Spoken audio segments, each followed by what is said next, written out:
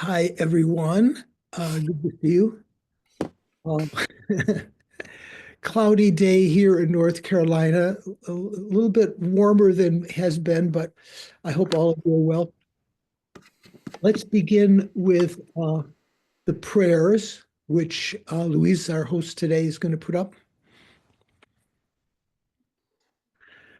Sangye chodang suki chognam la jangchu badu dagni kyapsu chi. Yagi chunyen gi pe sognam gi prola penchu sange drupasho. I go for refuge until I'm enlightened to the Buddha, the Dharma, and the Supreme Assembly. Through the collections I create through listening to the Dharma, may I become a Buddha in order to benefit all sentient beings, all migrating beings. Sangye churang soki chognam la changchu badu dagni kyapsu chi dagi chunyen gipe sognam ki drola penchu sangye drupasho. By offering this ground anointed with perfume and strewn with flowers, adorned with Mount Meru, the four continents, the sun and moon, visualized as a Buddha realm, may all migrators enjoy a pure realm. So right there, you can see by visualizing something, it's implied that you will accumulate more merit. So multiplying yourself, as we've been discussing before the class began, when you're making prostrations, imagining yourself multiplied many times, uh, imagining the mandala multiplied many times, but even imagining the mandala as a pure realm, as a Buddha realm, that creates greater karma than just simply saying the words. O holy and perfect pure Lama, from the clouds of compassion that form in the skies of your Dharmakaya wisdom, please release a rain of vast and profound Dharma, precisely in accordance with the needs of those to be subdued. Idam Guru Ratna Mandalakam Niryatayami. Okay, good to see you. Hi, Richard. Hi, Rachel. I added a few more people. So we're going to begin, as usual, with some meditation.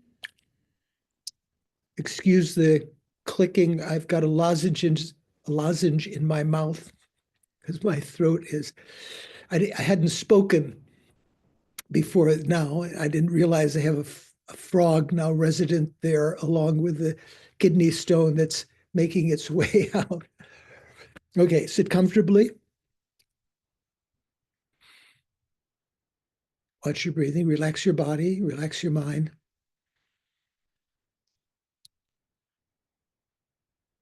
Place your mindfulness on the breathing, which is as though in front of you,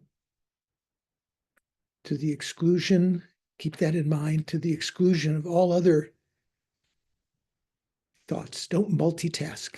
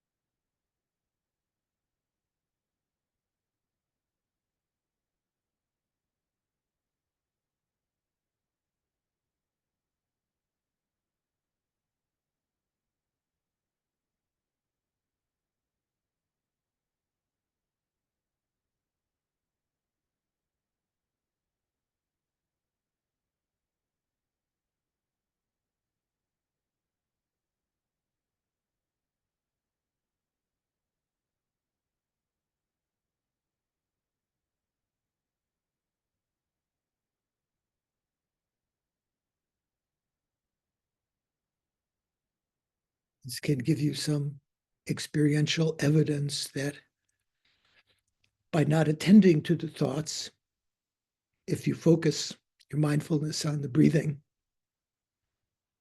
that they begin to become less frequent if there was a continuity of thoughts in your mind,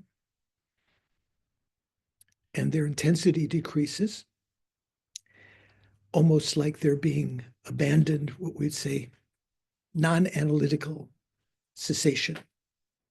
They're ceasing in a way that is, they can come back again, thoughts, when you place your mind on them, but they have ceased in some way.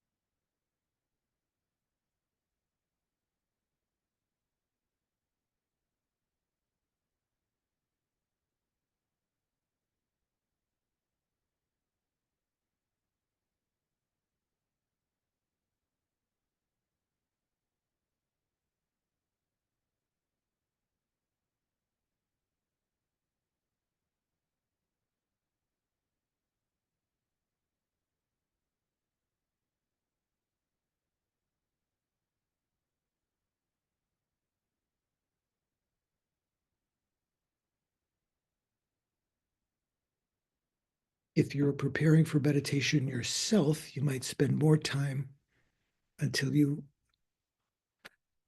felt that you'd really calmed the mind. But now we'll turn our attention to the more subtle object, more subtle than the breathing, the consciousness itself, the mental consciousness that we recognize by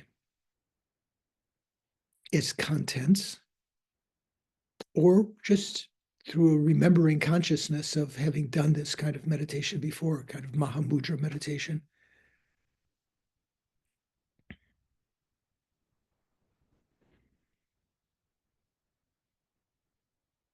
The conventional nature of the mind is such that it does not hinder the arisal of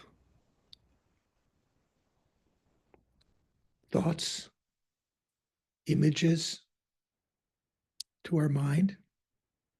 It doesn't hinder their reabsorption back into the mind. It's only our habit energy, our karmic imprints that cause the wrong ways of thinking to predominate.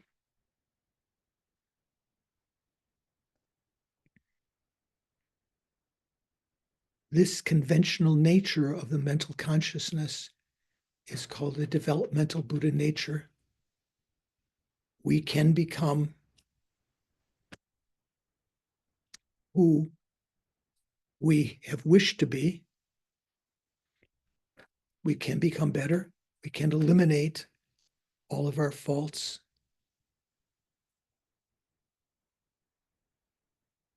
The fact that we can recognize that now is due to our experiencing an auspicious moment, as the Buddha called it, a life of leisure and endowment.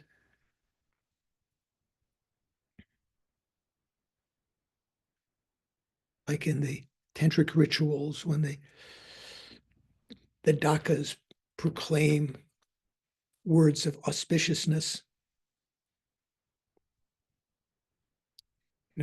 to pay attention to this very special moment that we can use in ways that the majority of people, majority of humans, majority of living beings don't recognize. They don't have this opportunity with all of the features that we have of being born now at a time when Buddhist teachings still exist. The Buddha had turned the wheel of Dharma. Those teachings still exist. There are living beings who are actualizing that. Their community of aspirants, the Sangha, that we can partake with. We're free from the unfree states of the lower realms or even the upper realms, or being born in a land which still exists, lands where there's no freedom to practice religion, or being born as a barbarian-like individual, which we perhaps see more and more examples of in the world today. The Buddha said that the best way that we could use this auspicious moment that we have found numberless times in the past but have never utilized to its full extent, the best way that we can utilize this is to achieve within this life liberation from cyclic existence, nirvana, or more profoundly, the Buddha said, for those with intelligence, to develop the bodhicitta, the mind that seeks perfection, seeks enlightenment, our own personal enlightenment, out of being motivated out of compassion for living beings who are likened to our mothers. Oh, well, I'm not sure likened is the right word, who have been our mothers numberless times. Mothers, sentient beings. Thinking of our present mother, how she strove to protect us from harm, bore sufferings for our sake when giving birth, and at other times nurtured us with food and education. Thinking of the kindness of her and extrapolating that to when she was, our present mother was our mother as an animal, perhaps giving her life to protect us. Numberless times, depthlessly kind, our present mother. And all sentient beings have been our mother numberless times, depthlessly kind. It's only a matter of time not recognizing them as mother, not seeing the hulking lumberjack as our mother. It's just a matter of our not recognizing the continuity of mind. I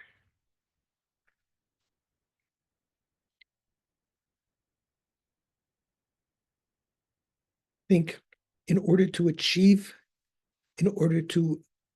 develop bodhicitta and achieve its aim, I have to accumulate the two collections of merit and wisdom. The collection of merit bringing about the form bodies, the Nirmanakaya and Sambhogakaya. The collection of wisdom bringing about the gnosis, the wisdom, the omniscient mind of the Buddha.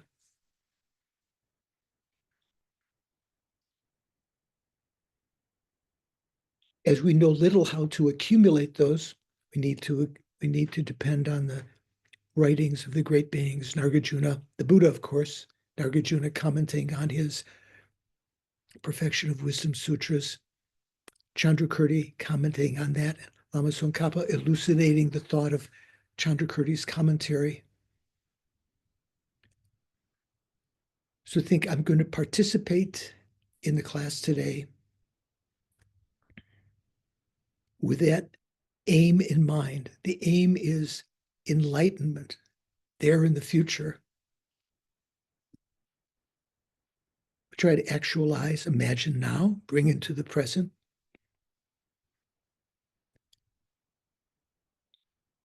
Not just for our own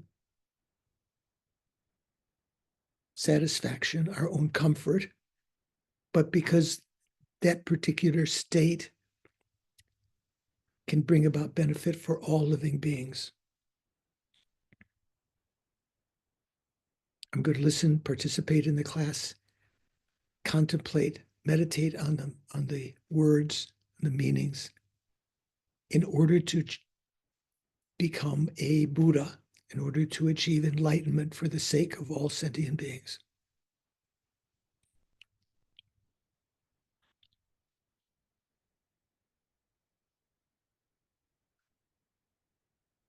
Okay. So, and this Anna's here also, has joined us.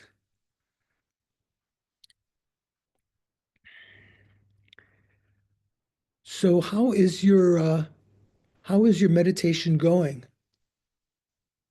Anyone have any observation about our weekly meditation? No one's looking me in the eye here. Yes, Venerable George. It's difficult to meditate right after lunch. That's my observation. Yes, yeah. That's it takes even more more ability to counteract the flow of the winds that want to as the blood is going to the tummy. Doris? If no one else has a question about or a comment about the meditation, just a reminder of Sheila wanting to know about the next session. Yeah, I forgot to mention that before. Thank you. So as I had opted out, when was it? Last week, 2 weeks ago, from a class, Sheila was concerned that this unit of 8 classes might be extended one class for the sake of their bookkeeping,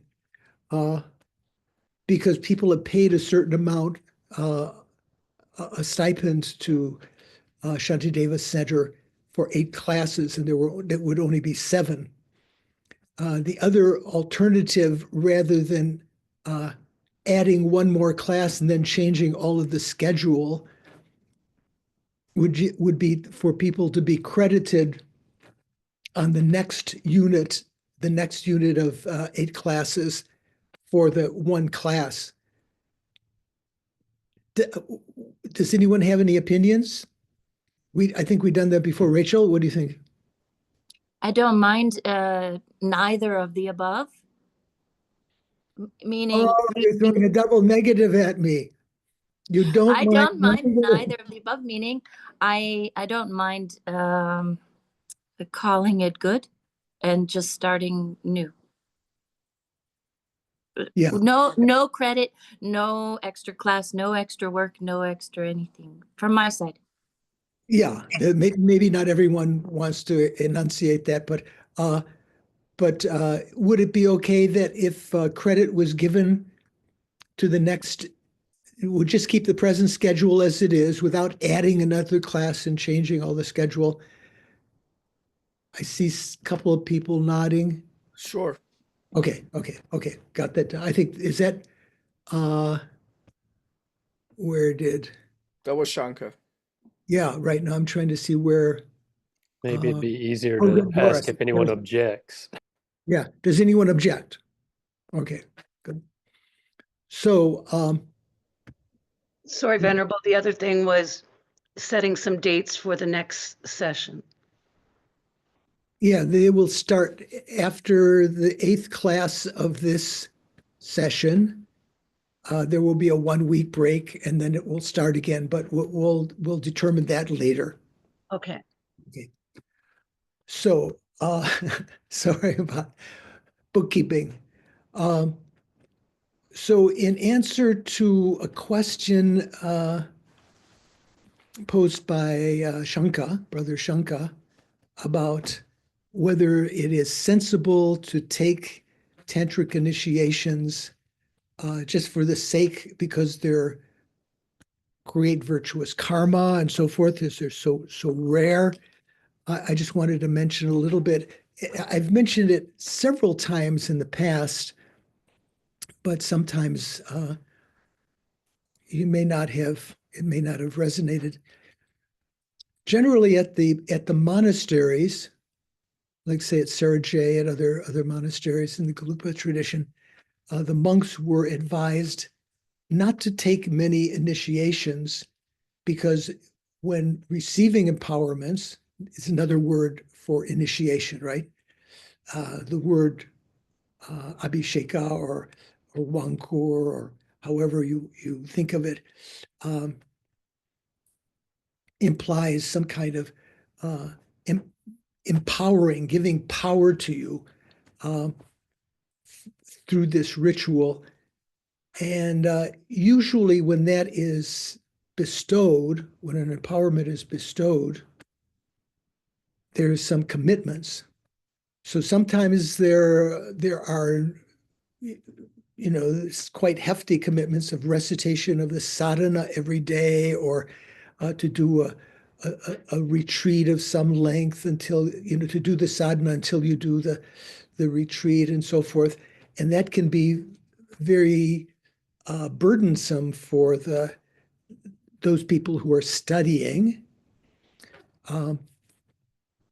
Generally in Dharamsala, if you were to go in MacLeodganj, in the different stores, at least in the past, I don't know now, the older Tibetan lay people would often have a big stack of recitations they'd have to do every day, like say in the shops. Maybe you remember walking down the streets in MacLeodganj, Paul, the various vendors, they would have big stacks. They would, like the high lamas that would have many, what we say, sheldon. Shel is kind of honorific. Dun means recitation. So, their daily recitations might take them many, many hours. The Tibetan lamas had a particular reason for doing that. But for us, maybe that's more of a burden. There's a great adage that we've mentioned many times that you've probably heard. Someone mentioned that the Tibetans, the Indians, practiced one deity and actualized all, whereas the Tibetans want to, meditate on all the deities, receive all the initiations, but they actualize none because they're so spread out, they're not concentrated. So from my point of view, the more skillful thing to do, rather than striving for more empowerments, would be to put that time that you might spend in recitations on these other deities into doing the Leirung, the actualizing retreat. How would you translate that, Paul? Leirung. I think, gosh, I'm drawing a blank. I think Jeffrey called it fitness retreat. I think is how Hopkins translated it. Fitness retreat. Yeah, I was thinking of something earlier that was something like that also. That sort of that gives you the fitness. The facility to do the practice. To not only to do the practice, but to do this certain actions, such as the fire puja. So you do the retreat, you're able then to do the fire puja, and then as a result of that, you have the ability to do self-empowerment. So you can do, and once you've done the self-empowerment and it's become familiar with you, you can continue to do self-empowerment every day in a very abbreviated form, keep the continuity of that up. That would be one suggestion I would make, Shankar, rather that. On the other hand, if empowerment is being given into the deity that you've already received empowerment, and there's no additional commitment that you would find difficult, that would be good to renew your vows. And in certain circumstances, if there is, health problem or, danger to your life and so forth, to take a highest yoga initiation near the time that you're feeling, unwell like that, can renew your tantric vows. And but whenever you do that, whenever you take a tantric empowerment, the most important thing to do is to reaffirm your commitment to keeping the tantric vows and to, from the Gelugpa tradition, this tradition of what Louise referred to as the Tunduk, the 6-session yoga, to recommit yourself to understanding that and to keeping all of those vows, pratimoksha, bodhisattva, and tantric vows, and so forth. So it's up to oneself whether one, quote, collects a lot of empowerments, but there are a lot of reasons to think that that's not the best scheme. The best scheme is to put all of your effort into one. Lama Yeshe did, while Lama was alive, did ask High Lamas to give various empowerments to us in the sense that we would use them as means of studying Tantra. So just collecting initiations makes no sense at all. But if you were to receive another empowerment and there were not onerous commitments, then to use that to study that Tantra and the practices and to compare it with the Tantra that you are practicing and so forth. Venerable, would you repeat the first option again? I didn't quite get it. About self-initiation. What did you? Yeah. Yeah, if you rather than taking many empowerments, to specialize in one, there's a great tradition like that, to do all of your practices from the point of view of one deity, whether it be Mantaka or Vajrayogini or Tara or whatever, Chenrezig. Then when you have, if you do that retreat, the lay room, the fitness retreat, or however you like to translate it, that enables you then to do the fire puja. And once you've done the fire puja of that particular retreat that you've done, then you are empowered to do the self-entry into the mandala, self-initiation, self-empowerment. So what that means is that rather than receiving it from a guru outside, you can do it by yourself. You've been empowered to enter the mandala and renew your vows.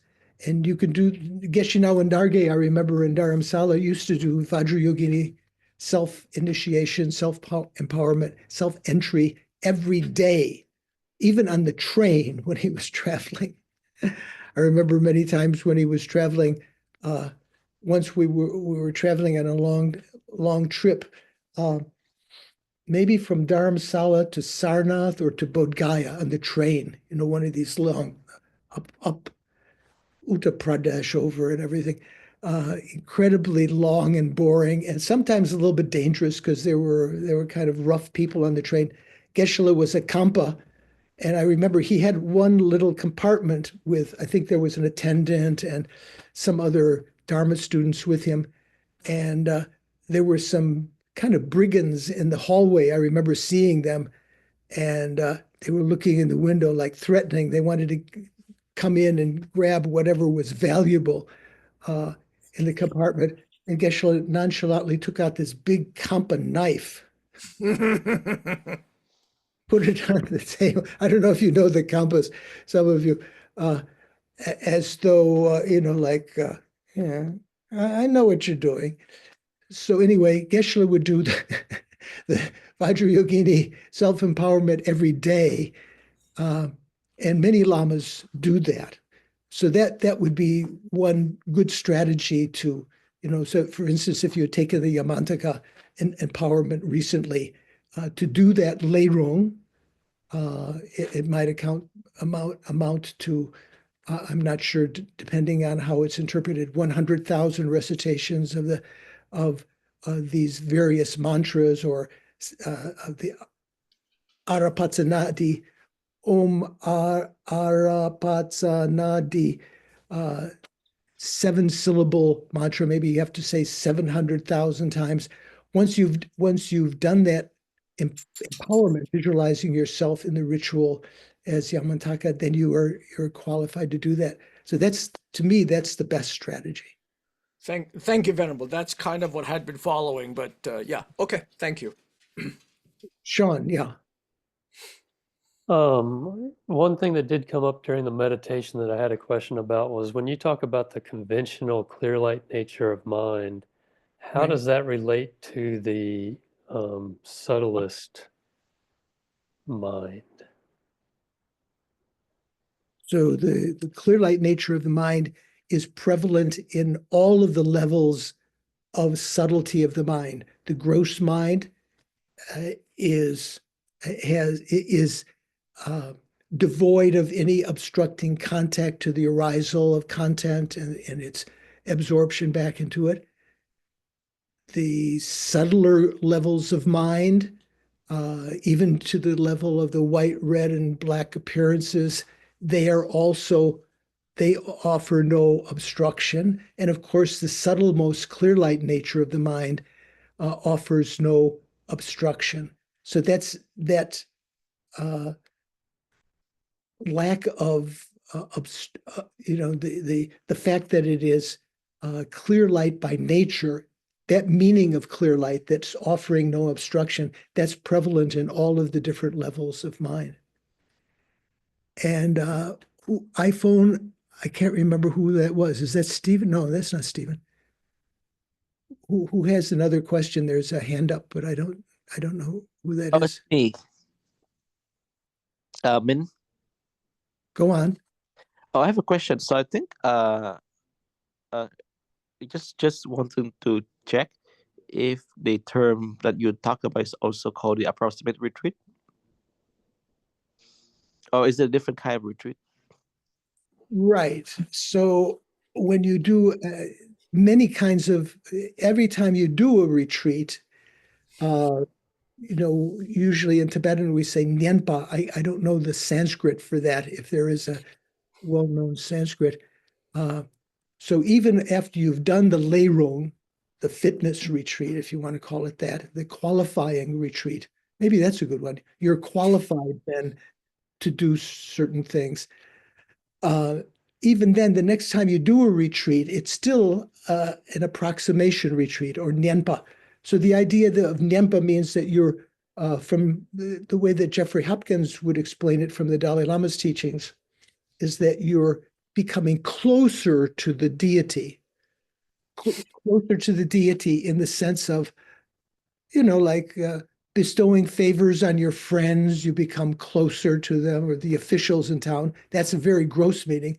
But you are becoming closer to being the deity every time you do that kind of retreat. So that's the sense of approximation retreat. You are trying to become proximate to or approaching the deity. Lama Zopa Rinpoche used to call them closement retreats, which in English doesn't help a lot, but getting closer to the deity. So even after you've done the qualifying retreat or fitness retreat, the leirong, every other retreat you do is still called an approximation retreat. Does that help? Yep. Yep. Okay. Okay. No more questions, Shankar, from you. Oh, that wasn't a question, but okay. Yeah. So I'm going to say one more thing. So in terms of taking initiations, of course, it's in terms of accumulating merit of taking empowerments and so forth. There is some value to that. You accumulate merit, but also the most important thing is that you as a basis, your own basis. When we talk about creating karma, we talk about the heaviness of karma from the side of the basis, that is your own aggregates, your own self. If you are someone who is holding the vows of individual liberation, pratimoksha vows of a layperson or ordained, you are, by that nature, by that basis, whatever virtuous action you create is of more heavy karmic consequence than if you had not taken those, if you were not a holder of those vows. So an ordinary person walking down the street might help a dog who's sitting by the side of the road, and they would accumulate a great amount of merit from that. But if they were to be a holder of the pratimoksha vows, they would create more merit by that action. Likewise, if they were to be a holder of the bodhisattva vows, they would create even more merit than that. And if they were to be someone who had all three vows, the vows of pratimoksha, bodhisattva, and tantra, they would accumulate even greater amount. Lama Tsongkhapa mentioned that the most special, Kirti Senchab Rinpoche used to mention this also, the most special practitioner of highest yoga tantra would be a fully ordained monk or nun who is with the bodhisattva vows and tantric vows practicing tantra. They would be the supreme tantric practitioner. So if someone was thinking about what to do with the rest of one's life, that might be a good thing. You probably all have bodhisattva vows. Some of you have tantric vows, but to become ordained would be, sort of like frosting on the cake. So to spend the last part of your life as an ordained sangha, whether you're married now or not, you can still keep that status with the provision of celibacy and accumulate, as the lamas say, you could become the exalted special practitioner of highest yoga tantra. Okay, enough of that. Sorry for the elaboration. One other correction, I misspoke, misremembered last time. I said that, what did I say? In terms of Nagarjuna and Saraha, Saraha was actually the guru of Nagarjuna. I think I'd said that Saraha had studied Madhyamika with Nagarjuna, but it was just the opposite. Saraha predated Nagarjuna. He was a great pundit at Nalanda when Nagarjuna was there, I think Nalanda, and Nagarjuna studied with him. So that just to clarify that mistake that I made in a previous class. Okay, so how are we doing? Okay, let's get back to the material of our class here. And last week we said we were going to start here, or the week before, can't remember now, to substantiate the assertion that the Buddha's gnosis sees suchness in a manner of not seeing. Chandrakirti cites the Entering the Two Truths Sutra. So does anyone know what page that is on in Jimpa's written text? Yeah, it's 252. 252. Halfway down. Halfway down. And in, let's see here, in Hopkins' text, this is page 261, if I'm not mistaken. Okay, so that's essentially where we're going to start. So just to give a reminder of where we were, the last paragraph before that in Jimpa's translation says, space, given here as an analogy or an example, is defined in terms of the mere absence of obstructive property. Remember, we talked about this last time. Obstructive contact is how often it's translated. And so seeing or perceiving it entails not seeing what is to be negated. What is to be negated? Obstructive contact.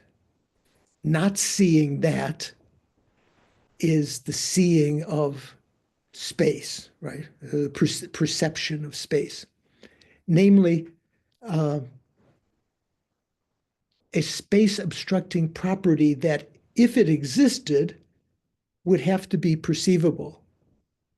So if there was some quality of space that prevented the movement of phenomena through it, it would have to be perceivable. And we've talked about this many times in the past. Even where there is a big boulder, mountain or something, you might say, well, that obstructs. There's no space there because that obstructs birds flying there. They can't fly through that boulder or that mountain. How would you counter that, Rachel?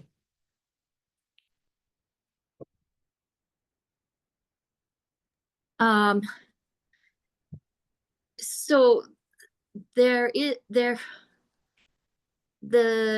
an obstruction there, so that is seeing the obstruction. That's encountering the obstruction when the bird flies into the boulder. So there's no space where the boulder is. There's no space. Well, you get into the atomic space. There is space. It's just no, I'm not talking about atomic space. Well, there is an obstruction to space in the form of the boulder. No. Yeah. What do you think, Nadine? What do you think? I'm sorry, not able to answer. Okay.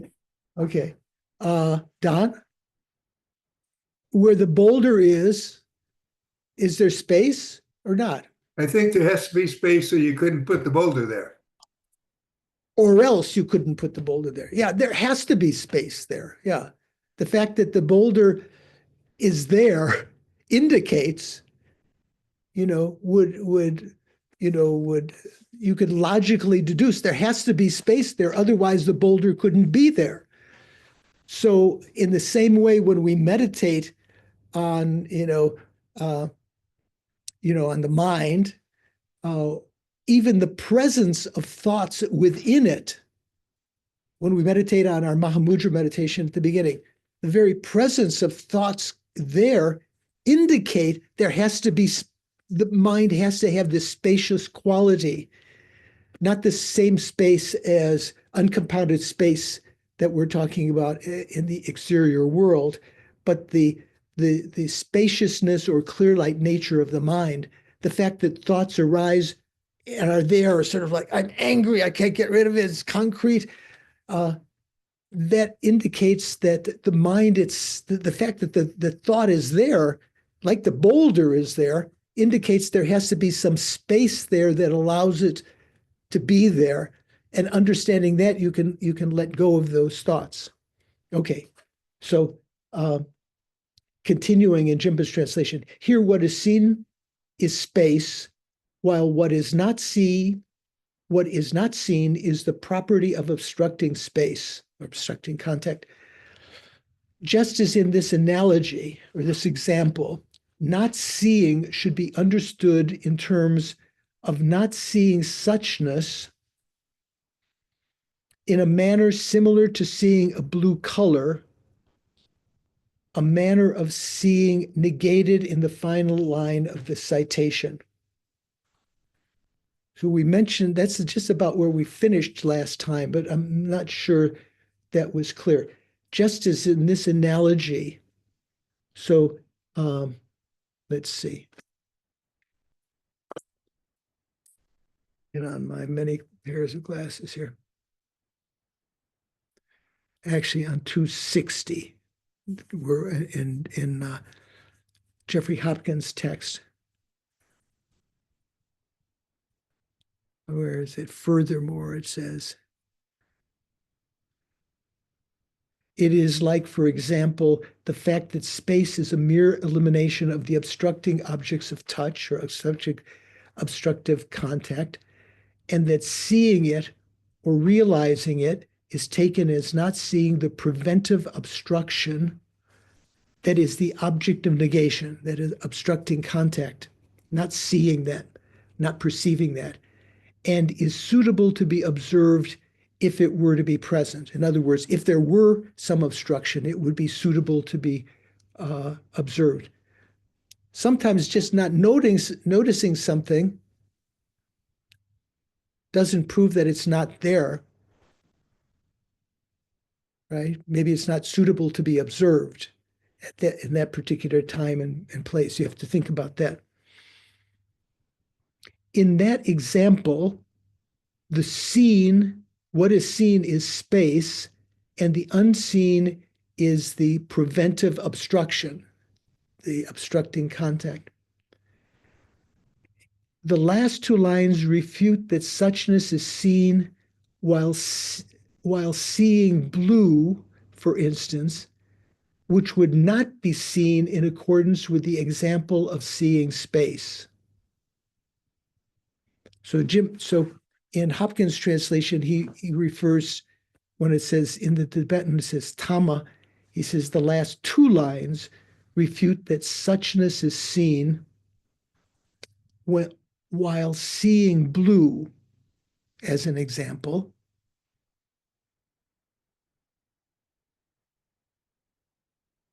Which would not be seen in accordance with the example of seeing space. Okay. I'm not going to comment more on that. You got that a little bit difficult. Think about. So now, to substantiate the assertion that the Buddha's gnosis sees suchness in a manner of not seeing. So this is the assertion. So the Buddha's gnosis, the Buddha's wisdom, sees emptiness in the manner of not seeing. Remember, we talked about this before. There are many allusions to this in the sutras and the tantras.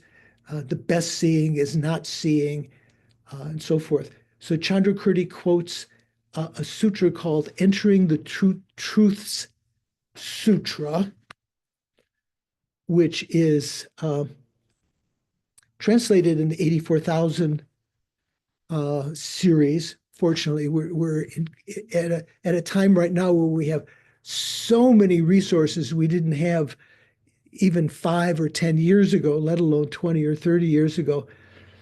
So he's quoting here a section of that. And so this particular citation, this first citation, there are two citations from the Entering the Two Truths Sutra. This first one and the second one are both abbreviations of Chandrakirti's citation of this sutra. In the Madhyamakavatara Bhasham, in Chandrakirti's auto-commentary to his verses, he quotes this sutra with these citations, but they're longer than Lama Tsongkhapa's. Lama Tsongkhapa truncates it. Even Chandrakirti's quotation, his citation of these, leaves off some places from the actual sutra. So Chandrakirti truncated the citations, and Lama Tsongkhapa sort of even abbreviated it a little bit more. So let's read what Jimpa translates here for the first one. He says, "O celestial child." What is that? What is a celestial child? Do you know, Richard? We can't hear you. You're muted. I was looking at the sutra, which Stephen kindly posted a link to in the comments. I believe a celestial child bodhisattva.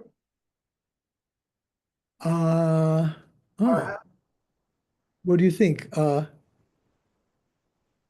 KT, you know what's referred here by celestial child?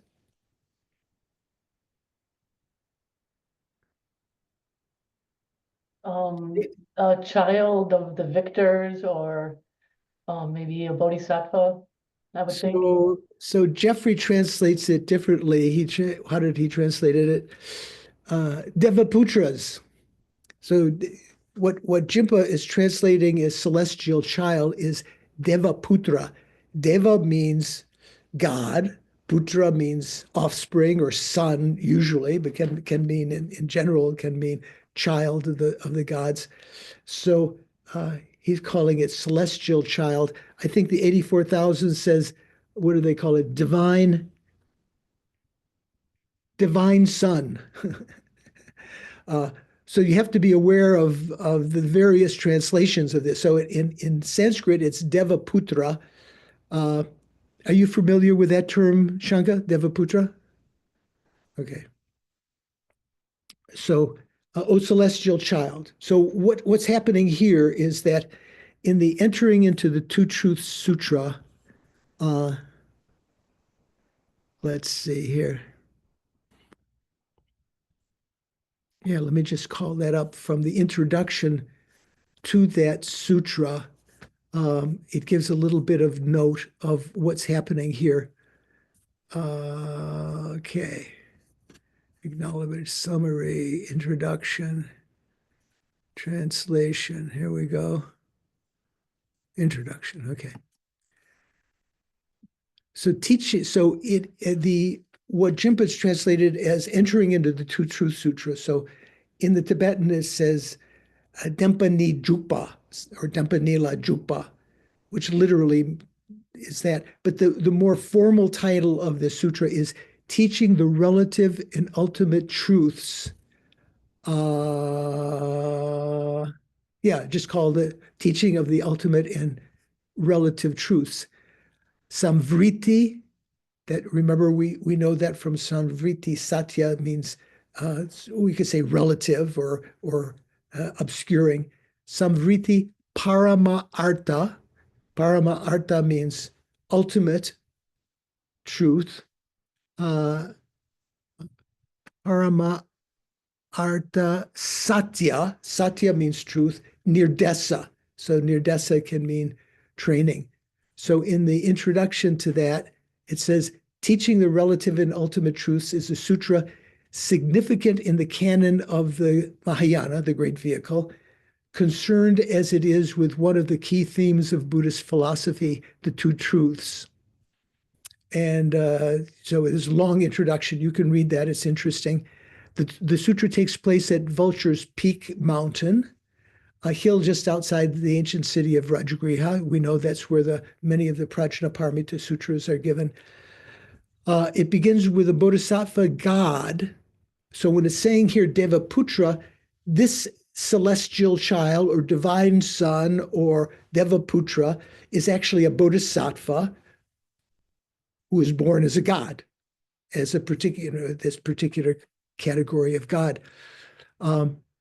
It begins with a bodhisattva god named Lord of Peace and Calm, asking the Buddha where Manjushri might be found. So Manjushri was not there, so he's usually there. And the Buddha said that the Manjushri has taken a vacation, has moved to a Buddha realm many thousands of world systems away. There, the Buddha explains, Manjushri lives in an assembly of another Buddha, Ratnaketu, Lord of Peace and the Lord of Peace and Calm, that bodhisattva god, calmly politely requests the Buddha to send a signal to Manjushri, summoning him to this world. So Manjushri comes. That's kind of the background of this. Okay, does that make some sense? So when we're talking about here, O celestial child, so this is Manjushri, because most of the sutra is pronounced by Manjushri, who's been summoned by the Buddha and to talk about the two truths. So he's talking to this bodhisattva who is born as a god. O celestial child, if the ultimate truth on the ultimate level takes on the nature of being an object of body, speech, and mind, it would then not belong to what is called ultimate truth. Does that make sense? if it takes on the nature of being an object of body, speech, and mind, it would then not belong to what is called ultimate truth, because it would be a conventionality. There would be a sense of subject and object and elaborations about it. It would be a samvriti satya, a conventional truth, an obscuring truth. Then the text continues, it would become a conventional truth only. Instead, O celestial child, on the ultimate level, ultimate truth transcends all conventions. It has no differentiation. It is unborn, unceasing, free of what is uttered as well as utterances, and free of what is known and free of knowing. So that's the quotation. Jeffrey translated it as Devaputras. Maybe there should have been in the singular Devaputra, because he's talking to this particular Bodhisattva god who would ask him the question. Ultimately, if ultimate truth were of the nature of an object of body, speech, or mind, it would not be counted as an ultimate truth. It would be just an obscurational truth, conventional truth. However, Devaputra, ultimately the ultimate truth is passed beyond all conventions. It is not particularized, it is not produced, not ceasing, and devoid of duality of object propounded and propounder, as well as object known and consciousness. So in the translation of the actual sutra itself, that the 84,000 translation committee or organization has provided, it's a little bit longer, but not much, this particular part. It says, so I'll read a little bit before that. It says, the god said, that is the Devaputra said, Manjushri, what is ultimate truth? So that's what prompts Manjushri to say, Divine Son, if on the ultimate level, ultimate truth becomes an object of body, speech, or mind, that is not an ultimate truth, but relative truth itself. Rather, Divine Son, Devaputra, on the ultimate level, ultimate truth transcends all conventions. It is without specific instances. I like that translation. There's just one thing. There's not like different kinds of instances of ultimate truth. Venerable, what is the paragraph number in the sutra? 117. There's just one chapter, so you could say verse 17. Almost everything comes from verse 17. Can you find that, Richard? Yeah. So the god said, Manjushri, what is ultimate truth? Manjushri said, Divine Son, if on the ultimate level, ultimate truth becomes an object of body, speech, or mind, that is not ultimate truth, but relative truth itself, right? Rather, Divine Son, on the ultimate level, ultimate truth transcends all conventions. It is without specific instances. It does not arise. It does not cease. It is free from something to be expressed, free from an expression, free from something to be known, and free from knowledge. So that's the citation that we're working with here, to verify that the beginning, to verify that the Buddha knows suchness in the mode of not knowing. So how does that work? So in Jipa's translation, he says, the meaning of the first part of the citation is, so that the citation was, several lines, so the first part of it, if ultimate truth, from the perspective of seeing ultimate truth,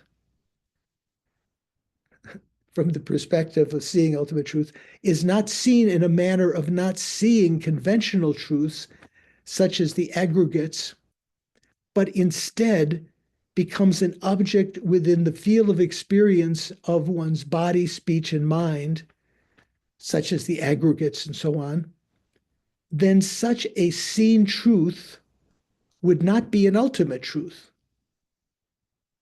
because it's seen in the mode of something that's experienced by body, speech, and mind. It would be just a conventional truth. It would become a conventional truth, a conceptual elaboration. We go, everyone okay?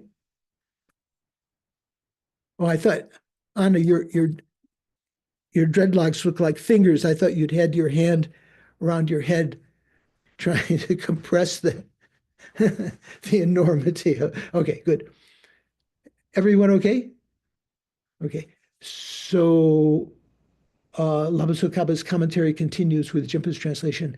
Understood thus, the first part of the sutra citation becomes a reason explaining how a Buddha's gnosis sees the ultimate truth in a manner of not seeing. So what does he not see? He doesn't see any of in the perspective, to the face, or in the manner of seeing emptiness. The Buddha does not see relative truth, does not see conventional truth, does not see obscurational truths, only sees emptiness. That's not to say that the Buddha's gnosis, realizing emptiness, doesn't know the conventional truths. This is the tricky part. The Buddha's gnosis, without using the words in the perspective of, the Buddha's gnosis also knows relative truths by knowing the minds of sentient beings. But to the perspective, in the manner in which the Buddha is realizing emptiness, conventional truths do not appear. They are not seen. So the Buddha knows ultimate truth in the manner of not knowing or not seeing. How's that feeling? Is it making more sense? So Shanka gave a thumbs up, but Rachel has a little bit of a qualm. What do you think, Rachel? Well, yeah, I mean, it just occurred to me when you said that, Venerable George, that if the Buddha is knowing the minds of sentient beings, that's knowing a body, speech, or mind. And so I understand, I was getting it. And then you said the word minds, and my mind went, oh, how does that work again? So it's it's the manner of seeing the ultimate that doesn't include the manner of seeing the conventional. Right. But somehow still the Buddha is able to see the minds, which are conventional. Right. He does sentient beings. body, speech. He does experience. He does know the field of experience of body, speech, and mind, but that he doesn't know that in the perspective of knowing the ultimate. He knows that in the perspective of knowing the conventional.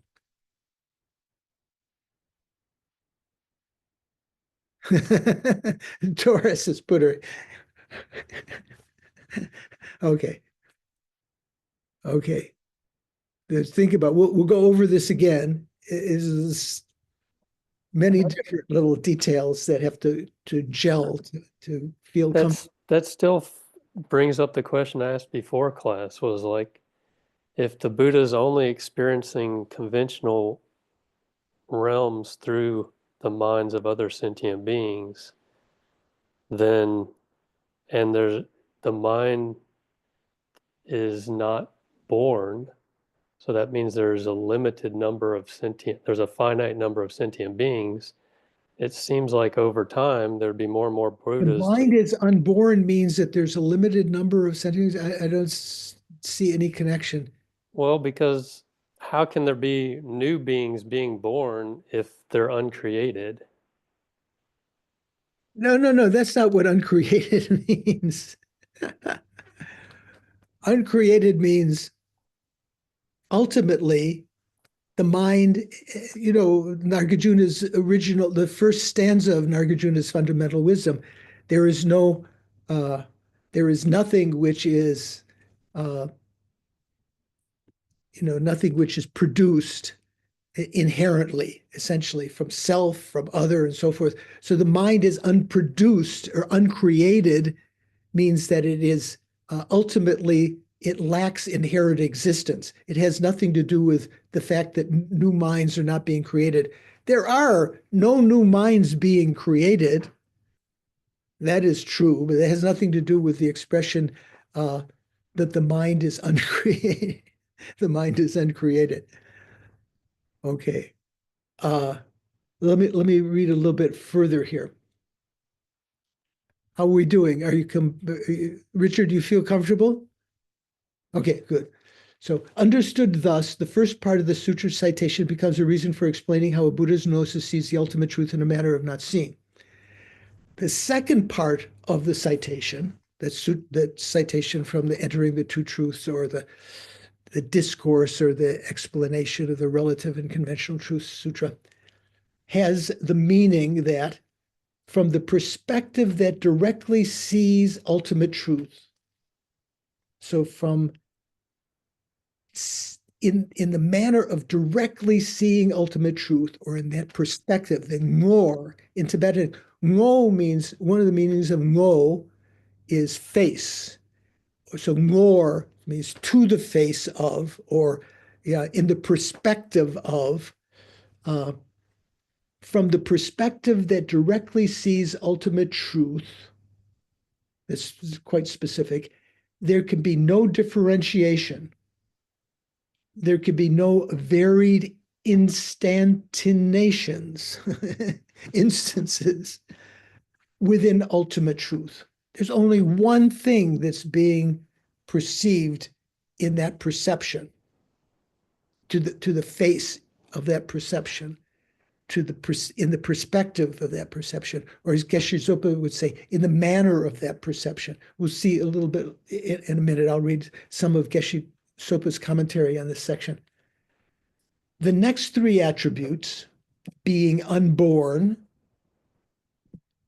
so Sean, being unborn, unceasing, and beyond conventions, are easy to comprehend as long as you understand what they mean. Yeah, Stephen, what do you think? Oh, thanks, Venerable George. Just on that last sentence you read, I'm a little bit confused about what that actually means. So when it says there's no differentiation and there's no varied instantiations, so emptiness is a dependent arising, and so it's going to arise on the basis of a conventional truth. Does it mean here that there is an instance of emptiness arising in the mind of a Buddha from the perspective of ultimate truth? Is there an instance of emptiness arising for each conventional truth that the Buddha knows, although those instances are identical? Or, is there just like one sort of field of emptiness that arises? That's where I'm confused. So, although we talk about the 16 emptinesses and the 18 emptinesses, or 20 emptinesses, or 4 emptinesses, that's from the relative perspective. Here we're talking about from the perspective that directly sees ultimate truth. In that perspective, in how that mind knows ultimate truth, there's not 20 emptinesses or something. It doesn't know that in that perspective. The Buddha's mind knows the emptiness, the basis of the emptiness that it is perceiving. The Buddha knows the basis, knows the 20 emptinesses and 16 emptinesses and so forth. But to the perspective of so that's why I said that was very precise here. From the perspective that directly sees ultimate truth, there can be no differentiation. So in that particular gnosis of the Buddhas that is directly realizing emptiness, in its perspective, there is nothing else that is appearing. There are no, other kinds of emptiness, or as was said before, there are no conventional truths appearing that in the matter of not seeing. Does that help a little? Yes, it does. Thank you. Okay. The next three attributes are easy to comprehend.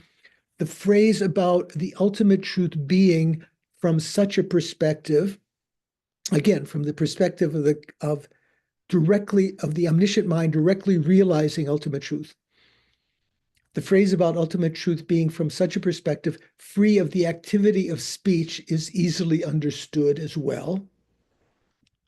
Although one can posit the gnosis directly perceiving the ultimate truth as the knower, and ultimate truth as the known object, there is no contradiction in maintaining that from the perspective of such gnosis, there is no such act and its agent.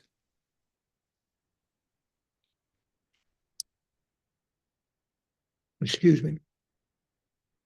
I have some licorice lozenges also.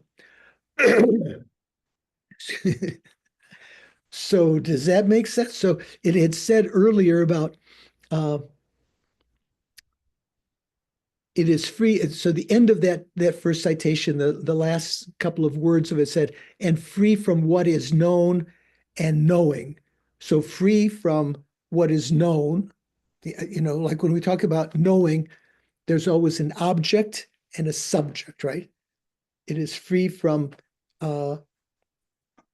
what is known, free from the object, and free from knowing.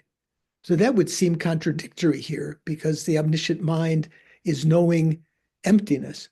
So Lama Tsongkhapa's commentary says, although one can posit the gnosis directly perceiving ultimate truth as the knower, the subject, and ultimate truth as the object known, the object, right? We say subject and object. Although you can do that, that's conventional. That's a conventional observation. That's not the observation of the ultimate mind. Although one can posit gnosis directly perceiving the ultimate truth as the knower and ultimate truth as the object known, there is no contradiction in maintaining that from the perspective of such gnosis directly realizing emptiness, there is no such act, there's no action of knowing, because that's a conventionality, right? And there is no such act and its agent. This is because the distinction between the two, an act and agent, is posited from the standpoint of cognitions related to conventional truth alone. Capisce? When I was in Italy, when I hear the Italians say, capisce? Okay. I'm still confused because okay. Didn't you say that a mental continuum of a sentient being is eternal? No, I've never said that. Sentient being, the continuum of a sentient being ends when he or she becomes a Buddha. The continuum, if you just talk about the continuum of that which at one time is a sentient being, that is eternal. Well, if it's eternal, then what causes a mental continuum to be born? Is beginningless. That's a different than talking about that consciousness or mind is unborn or uncreated. That's talking about emptiness. When you talk about beginningless mind, that's talking about the conventional nature that, as far as the Buddha's omniscient mind looks back, he said he could always see another mother, that that there was no limit to the number of previous mothers he had had, so he could see back infinitely in time, beginningless time, and there is no beginning, there's no time, some sort of like Big Bang when minds suddenly arose altogether or sequentially, or that are being added now, new minds that are being added. It's not like that. Our individual minds have existed since beginningless time, along with all other numberless minds throughout the universes. All of those minds, as you track back, had lives, sometimes in the lower realms, in different universes, sometimes as as a human, sometimes in upper realms, sometimes in the form and formless realms, and so forth. As you go back, there is no time in the past when those minds originally arose. But that's where, even though you're saying it's numberless, though, it seems like it would have to be finite, because over time, more and more people are going to become Buddhas until they're all Buddhas. Right. So what happens then? Because if the Buddha only experiences through the minds of sentient beings, then there's no more sentient beings. Right. Okay, good question. So in whenever this was, I didn't write the date down. When Geshe-la was teaching in something like 2002, Rod, who was one of the students, very, very fond of Geshe-la, and Geshe-la was very fond of him, who's a professor at the University of Wisconsin, he asked, so that maybe you're Rod's surrogate here. Rod said, at the time when all sentient beings become Buddhas, and that means there are no longer any, and then Geshe-la interrupted him. Geshe-la said, no longer sentient beings, no longer ignorance, right? So when everyone becomes Buddha, that's what you're saying, right? So Geshe-la was saying, there will be no longer sentient beings, no longer ignorance, no longer samsara. That time, there's no samsara. So Buddha doesn't need to know. That time, samsara is like a rabbit horn, right? There's no longer samsara. It really, yeah, you have to think. So therefore, no, don't need worrying about. Geshe-la said. When samsara exists, Buddha knows. So while there are sentient beings who are not yet enlightened, when there are sentient beings, the Buddha knows. When that's gone, then don't need to know. Some people worry about that time a little bit, as you are doing. Buddha knows such and such. When Buddha, we are all beings complete. What happened to Buddha? Did he have still compassion? Will he have all those things? I think at that time you just don't think about.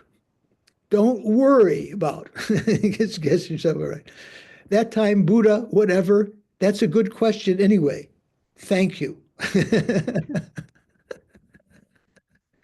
So I think there's no more fitting response to your question, Sean, than Geshe-la's. Yeah, Stephen just said it's on a need to know basis and you don't need to know. Thank you. Geshe-la said to Ron. Okay, Louise, you have a question. Yes, would you like to take a break now? Well, let's just get a little bit further. Thank you for reminding me. Shanka, how about you? Do you have some observation question?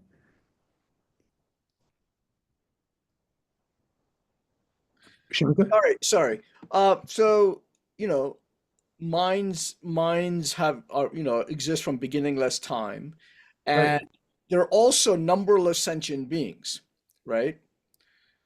Right. So if they're infinite sentient beings, it's mathematically impossible for there to be no only, at some point all become Buddhas. I mean, it's just, at least in modern mathematics, that's just not possible. No, that's possible. That's definitely possible. How? It's Anyway, def- okay, let's not go there at the moment. yeah. Let's not go there. So uh, the presentation of this kind of this aspect of Buddhist, you could call it cosmology, how things exist like this on the relative level, beginningless time, infinite sentient beings, numberless sentient beings, and so forth. Will there be an end of samsara? Oh, some people say there is a debate like that. Oh, there isn't an end to samsara because the number of sentient beings are numberless and so forth. But when you think about the explanation of these questions in Western philosophy or Western religions, even Eastern religions other than Buddhism, the Dalai Lama said that for him, this general picture makes sense, and everything works out, and everything is consistent within that view. Whereas maybe there's even a greater number of philosophical questions with the peoples of the what is it called? The peoples of the book, the religions of the book, the Judaism, Islam, and Christianity, and so forth. All sorts of kind of contradictory things, and even some of them don't accept what the other ones believe. So just one last question from Louise, and I'm going to go a little bit further before we take a break. I remember seeing a movie where a Rinpoche had, when he had been reborn, it was into three tulkus. Three people had been acknowledged as being that Rinpoche. That's not three new minds, three new beings.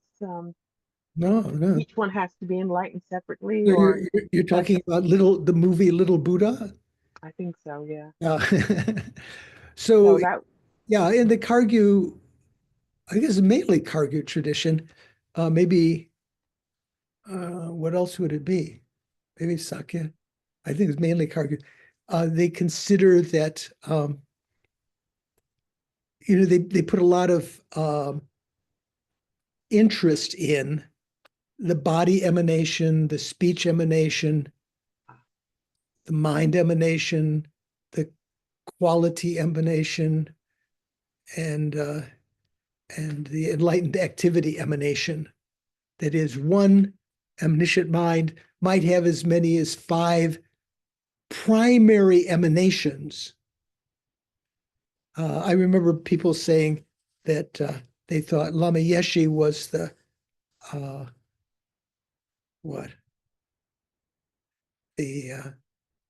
speech emanation of Galwa Karmapa at that time when Lama Yeshe was sort of like Karmapa was kind of like never said much, right?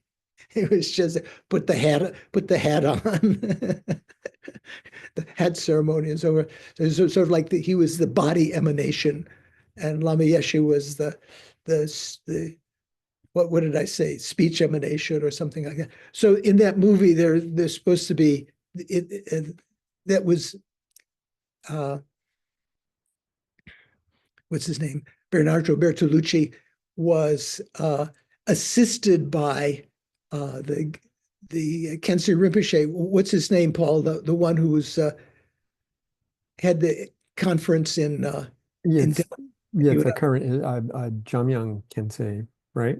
He's the Jamyang Kensei Rinpoche. I can't remember what his present name is, though. Yeah, I'm not sure it's Jamyang Kensei. Maybe some of you know, the one who started the 84,000 translation project. So he became, he was interested and is interested in movie making. And so Bertolucci took him on at the Dalai Lama's suggestion as an assistant. And it was his idea for this subplot, because in the Kagyu tradition, some of the lamas have these multiple principal emanations. Doesn't mean that the Buddha can't have numberless. The Buddha can have numberless emanations. but principal emanations that appear to be, have these qualities of the Lama. Okay, let's leave that for the time. That's another story. Bernardo Bertolucci and the Little Buddha. Okay, so Jimpa's translation continues. Next, the commentary goes on to cite.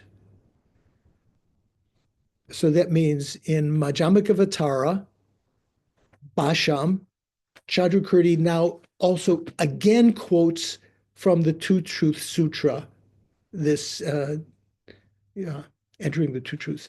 O celestial child, O Devaputra, this ultimate truth which is endowed with all supreme qualities, and that we'll check that Hopkins translates a little bit differently here. It sounds like he says that this ultimate truth was endowed with all supreme qualities. It sounds like ultimate truth has all supreme qualities. Transcends being an object of cognitions up through a Buddha's omniscient gnosis. Transcends being an object. I'm not sure why he has cognitions plural there, up through a Buddha's omniscient gnosis, ... So that means that Jimpa realized there that Lama Tsongkhapa was truncating what Chandrakirti had cited, which again was an abbreviation which was in the actual sutra. It does not exist in the manner expressed in the statement, this is ultimate truth.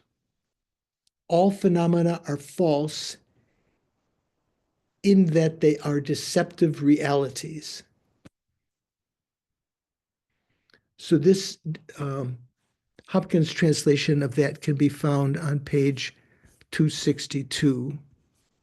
I might have gotten the page number of Jimpa's, of the other one, wrong there. So he translates Devaputras. I think it should be singular because he's talking to this one particular Devaputra. The ultimate truth is beyond the objects of all consciousnesses. This is the same quotation, but Jeffrey's translating it quite differently. The ultimate truth is beyond or transcends the objects of all consciousnesses. And that comes up very much in the tantric literature also, when I was telling you before about the precious word initiation. We say the ultimate truth, transcends, how does it? Transcending objects of other sight, ultimate truth is to be seen with the eyes of wisdom and gnosis, with the prajna and gnosis eyes, because it transcends objects of other sight. That was in the liturgy of the tantric initiation. Here he's saying, Devaputra, ultimate truth transcends the objects of other consciousnesses, right? Objects of other eye consciousness, ultimate truth transcends that. It goes beyond that, ranging right through the objects of omniscient pristine wisdom, endowed with the supreme of all aspects. So Jeffrey's taking this thing, supreme of all aspects, as an attribute of the omniscient mind, rather than the object of that gnosis. It is not as expressed in the phrase ultimate truth. All phenomena are false. They are deceptive phenomena. So that's the second part, that's the second citation that Chandrakirti cited, second quotation that he cited from the Entering the Two Truths Sutra, and he'd abbreviated what was in the sutra. Lama Tsongkhapa made it a little shorter also. So let's take a little break before we go into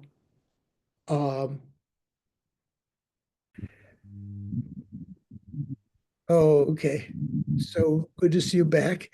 In a section coming up, someone's microphone is Okay, there we go.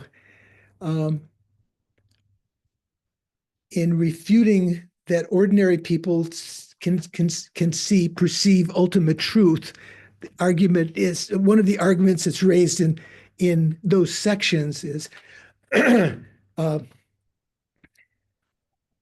someone might say, where is my duck? Where is my horse? Where is that? Someone would say, what do you mean horse? Horse is just a mental imputation, and so forth and so on. Those kinds of arguments, like you were talking about Wolfram saying that there is no that there's no time, that it's just this or that. If you talk to someone in the street, Chandrakirti accepts conventional truth as the world perceives it, relative truth. There is time, there are trees, there are ducks, there are horses, and so forth. Anyway, let's leave that for another time. Glad most of you are back. Okay. So we just read this second citation from the Entering the Truth Sutra. So the reason Chandrakirti was bringing this citation up, citing the sutra, was to verify, substantiate his assertion that the Buddha knows ultimate truth in the manner of not seeing. Okay, so we've read the second citation just before the break. Now, the meaning of this citation is as follows. So I think Jeffrey's translation is a little easier to follow because he puts all of the things together here. So the first clause, I'm reading from Jeffrey now, in Jeffrey's translation 262. The first clause indicates that the ultimate truth is beyond the objects of omniscient, pristine wisdoms. The first clause. So Jimpa says the meaning of this citation is followed. Up to the phrase, up through a Buddha's omniscient gnosis, indicates how ultimate truth transcends being an object of omniscient gnosis. What do you think of that? Wow. So I see some people contemplating. Richard Stevens contemplating. Richard's checking books. What do you think, Nadine? The first clause indicates that the ultimate truth is beyond the objects of omniscient, pristine wisdoms. Or, as Jimpa says, how ultimate truth transcends being the object of omniscient gnosis. How could ultimate truth transcend being an object of omniscient gnosis? Isn't omniscient gnosis, doesn't it know ultimate truth? I think it refers to the fact that there is no object-subject duality. Yeah.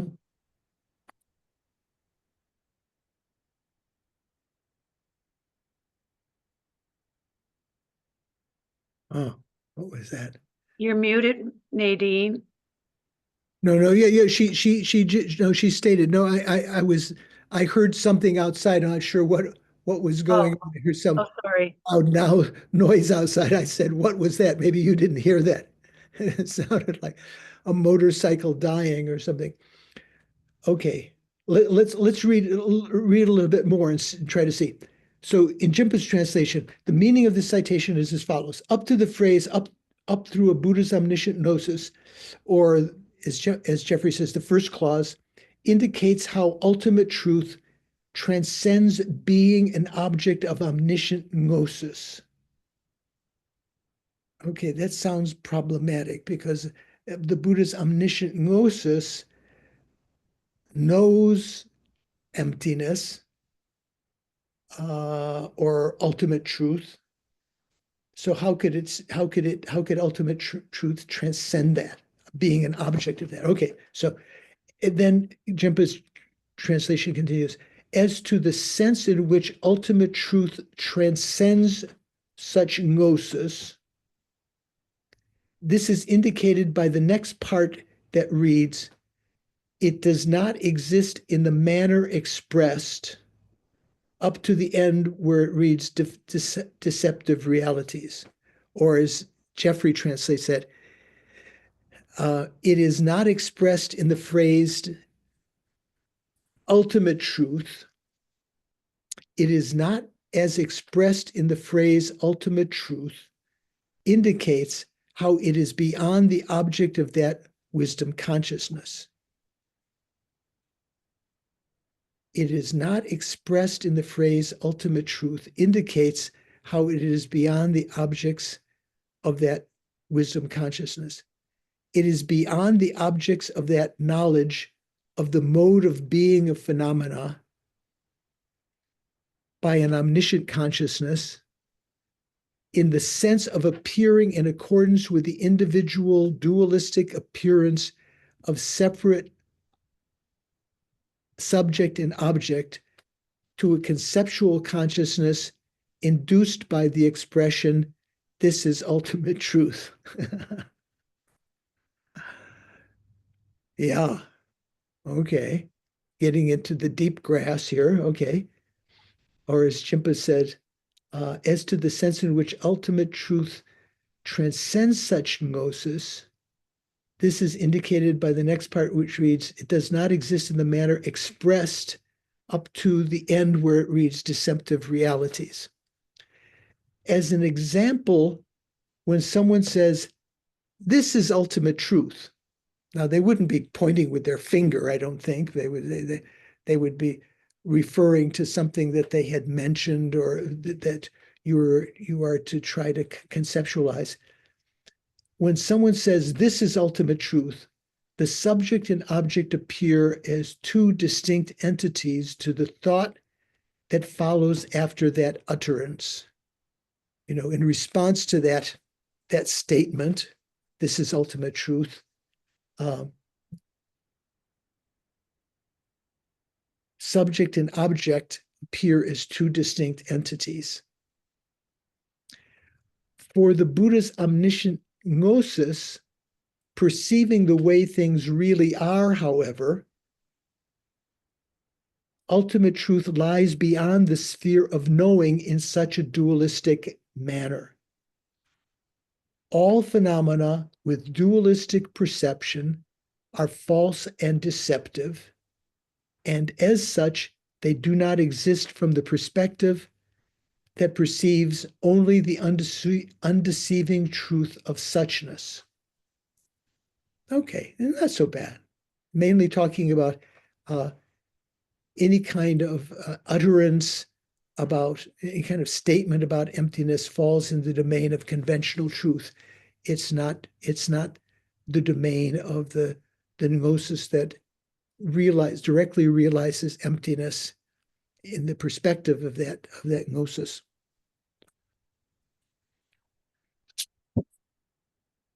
So I'm going to play a little bit here. I'm going to read from Geshe Zopa's teachings, and I think it was 2002, but I can't remember. So when we were talking about this section, this very section of Gompa Rapso, Geshe put a lot of emphasis on trying to understand what this means in the perspective of, or to the face of the gnosis that realizes emptiness. So we talked a little bit about it last time. So this gnosis, this wisdom that is, that gnosis knows all phenomena, conventional and ultimate, simultaneously. If it knows emptiness, it has to know the bases of those emptinesses, right? It can't know emptiness without having some basis. So it has to know the conventional truths that sentient beings perceive, and it knows those not by way of them appearing to the Buddha directly, like they do to us, but by way of knowing sentient beings' minds. Okay, so just let me read a little bit, and I'll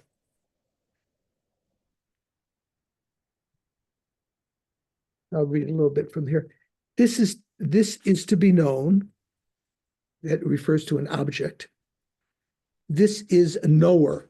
That refers to a subject, right?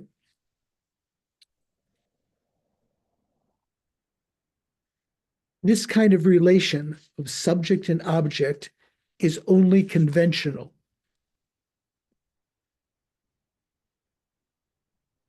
Another conventional knowledge will know it, will know the relation of subject and object.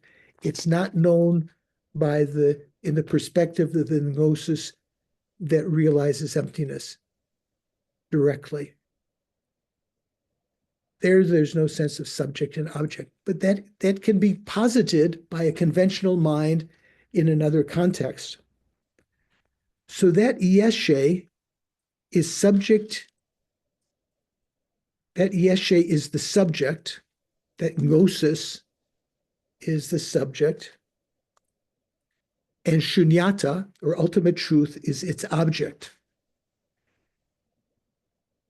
That relation of subject and object is known by the kanepe sema, by the conventional valid cognition. So sema is what we call pramana. Tanyepa is one of these other synonyms of samvriti. Remember, we used to call it samvriti truth. Sometimes we say conventional truth. Sometimes we say relative truth, and so forth. So tanyepe sema, but is not known by yeshe itself, that relationship of subject and object.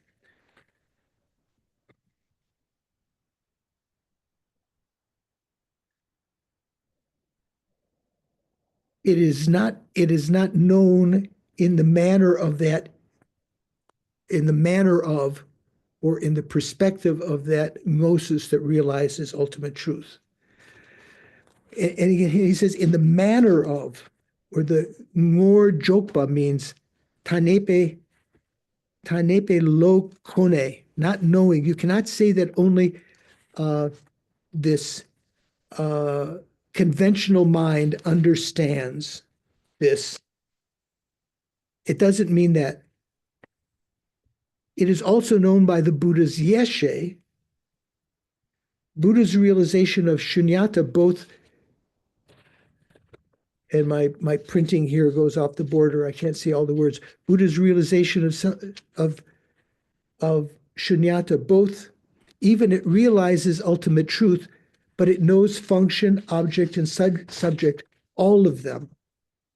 So there's a differentiation between saying the Buddha's gnosis and to the perspective, say, there's a difference between saying the Buddha's gnosis that realizes emptiness and to the perspective of the Buddha's gnosis that knows emptiness. The word in perspective, or in the manner of, is different. So if you just talk about the gnosis, the Buddha's gnosis, it also knows conventional truths, subject, object, agent, act, and so forth. Buddha's realization of shunyata, both, it realizes ultimate truth, but it knows the function, object, and subject, all of them.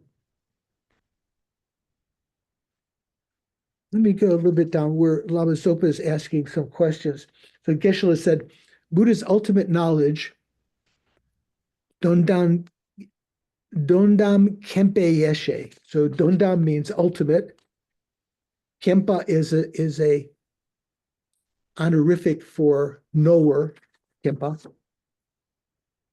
Yeshe. So the gnosis that knows the ultimate, the Buddha's ultimate knowledge, that Yeshe knows Kecha, Keje, that means what is to be produced, what is the agent of that production,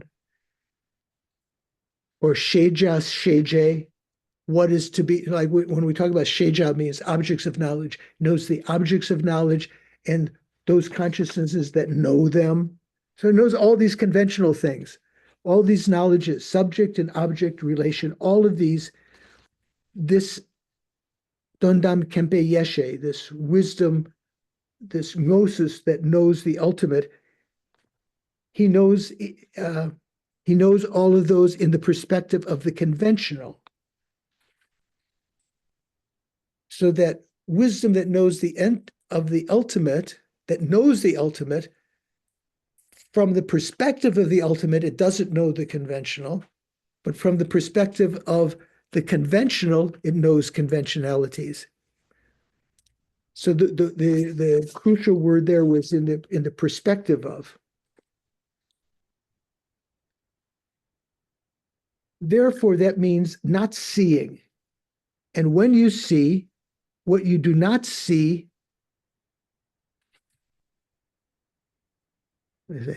what you do not see are in different perspectives, different manners. Both of them know that's enough. Then that is a lot of talk about. There is a lot to talk about there. That is done. Then later, much easier. So then Lama Zopa Rinpoche asked, because Lama Zopa Rinpoche was listening to these discourses on Gompa Rapsel. Geshe-la was sort of like considered to be the preeminent expositor of Gompa Rapsel and Lam Rim and so forth. So Lama Zopa always attended these teachings, had all these books opened up in his room above where I lived in the Gompa, in the center there, at Deer Park.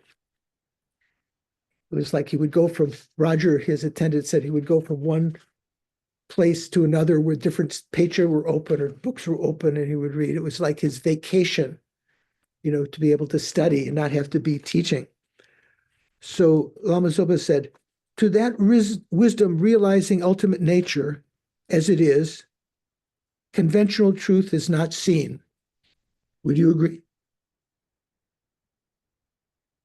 Would you agree, Paul?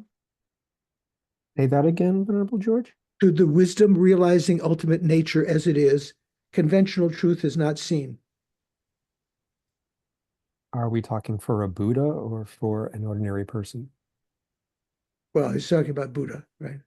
Then I would say that's wrong, because a Buddha would see both simultaneously. Right. So some people were saying yes. Shankar was saying yes. So Geshe-la said, don't say that. Must say. So in other words, sort of like imperative, don't say that. That wisdom sees. So just like we're saying now, that wisdom sees the conventional and the ultimate, but from the perspective of perceiving the ultimate, he doesn't see. That's the crucial point, right? So Rinpoche continued, Buddha's wisdom seeing ultimate nature, the conventional truth is not seen. He's pressing it again. Geshe-la said, no. Conventional truth is not, conventional truth is seen by that wisdom. Rinpoche said, that wisdom sees, but is not seen by that wisdom. Geshe-la said, important point is ziknor. So sik means perceive, more means in the perspective of. So this is the phrase that's in the text. Sik is honorific for tongwa, for seeing. Like we say tonglam, the path of seeing, right? Sik is, the word sik is the honorific for that. So it just means seeing. So in the perspective of the Buddhist mind, seeing, that's the important thing here. Siknor, in the manner, to that manner, or in that perspective of the Buddha's gnosis, realizing emptiness, they don't see. In that perspective, they don't see relative truth, conventional truth. But in general, you have to say the omniscient gnosis knows those things. They don't see. They see conventional things in the manner of ultimate, in the manner of the ultimate sense, not seeing. Okay, anyway, let me just say one other thing here. So then Rinpoche says, similar, the Buddha's wisdom of seeing the vase, or vase, if you want, to that wisdom, the pillar, in the collected topics, often the examples of conventional phenomena, we talk about vase and pillar coming up very many times in conjunction with one another. They're different things, right? But they're similar. They're the kind of examples that are given. So Rinpoche said, similar, the Buddha's wisdom of seeing the vase, to that wisdom, the pillar. What would the pillar be seen? The Buddha's wisdom of seeing the vase, to that wisdom, the pillar, then Geshe-la said, the ultimate sense not seen. The Buddha's wisdom seeing the vase must see the pillar. The pillar is seen to that wisdom. This means that wisdom is seeing pillar, is not seeing the vase. This was Rinpoche's. We were not quite sure what he was getting at. So then Geshe-la said, yeah, Rinpoche was saying, this is a similarity that you can understand. Okay. So Geshe-la said, for example, someone seeing a vase, that vase and the Buddha's wisdom, let's say the Buddha sees the vase and the Buddha sees the pillar. Or Buddha sees cow and Buddha sees horse. He sees them both. But when Buddha sees one or the other, say for instance, he sees color, the way of seeing color in that manner, in that perspective, he does not see the horse. What was the other thing here? Cow. So in the manner of seeing the cow, I think in a sense, just to change the word from perspective to manner, in the manner of seeing the cow, he doesn't see the horse. In the perspective of seeing the cow, he doesn't see the horse. But in general, he sees the horse and he sees the cow. How he sees horse as the manner of horse, or the perspective of horse, that kind of similarity. Further on, later on, Geshe-la said, in the perspective of that wisdom, the pillar is not seen. In the perspective of the wisdom that sees the vase and so forth, to that wisdom, what you see is only the vase. From the point of view of seeing the vase, you don't see the pillar. From the point of view, from the perspective of, in the manner of seeing the vase, you don't see the pillar. It doesn't mean they don't see pillar at all. That's all the same thing.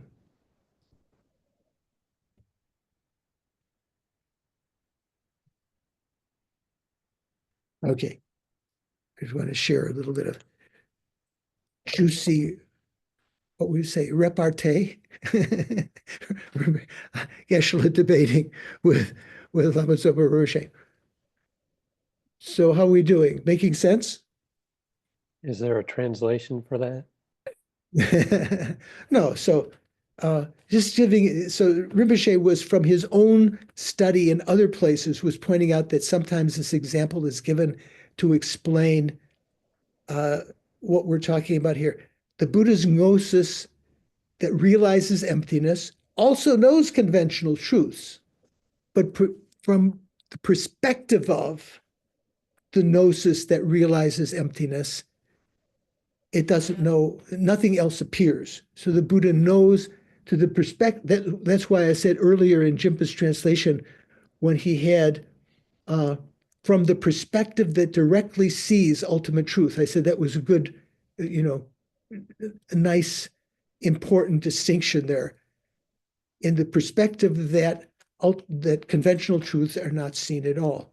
But the Buddhist gnosis does know conventionalities. How is that seating with you? Sitting with you. Rachel, what do you think? Is it burning a hole in your lap? I remember being witness to this exchange, but I don't think I understood it nearly the way I am hearing it today. Oh, that's right. You were there for, you were there for. I was there too. Oh, you were there too. I'm sure you understood it, at that time. So Rachel, what? But today, this aspect of what you're saying in terms of the Buddha sees directly the ultimate truth, and that's the only thing. He's only seeing things directly. Directly and only the perspective of, to Yeah. the face of that, or in the manner of that seeing, only emptiness is seen. So is it that he's indirectly seeing conventional truth, or is it The Buddha not doesn't got know about to do? anything indirectly. The Buddha knows all Buddha's knowledge is direct perception. So the Buddha doesn't have, like we have, many indirect knowing, knowing that which is indirect. But the Buddha only knows things directly. Okay. Sean, I'm going to ask you to be patient for a minute. Let me just read the end of this section. All of these authoritative sources, reading Jimpa's translation, substantiate the point that within the perspective of direct seeing of suchness, Jimpa's got all the words there, in the perspective of direct seeing of suchness, direct realization of emptiness, in its perspective, conventional realities like the aggregates and so on are not perceived. They are not seen. So that's the kind of the ultimate meaning of the best seeing is not seeing, which Nadine remembers. I think you said you recite that, some semblance of that, the ultimate seeing is not seeing, or something you recite every day, something like that. Then from the perspective of direct seeing of suchness, all dualistic elaborations, such as things or non-things, remain impossible. They don't exist there, because these conceptual elaborations cannot be found within such a perspective. That means to the face of that mind that's just realizing emptiness. In the manner of that realization, nothing else appears. Thus, when contemplating suchness,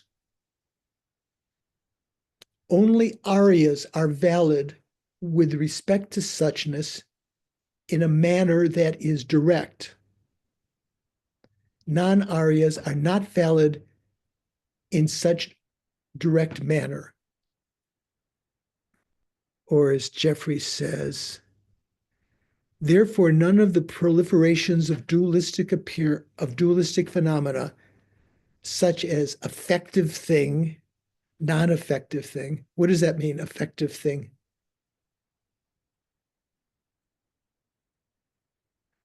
Something that is capable of producing an effect, right? What do we call that, Paul? Functioning thing, right? Functioning thing, yeah. So therefore, none of the proliferations of dualistic phenomena, such as affective thing, functioning thing, non-affective thing, and so forth, occur in the perspective of directly perceiving suchness. Because the entities of those proliferations are not observed in that perspective. In that case, actuality,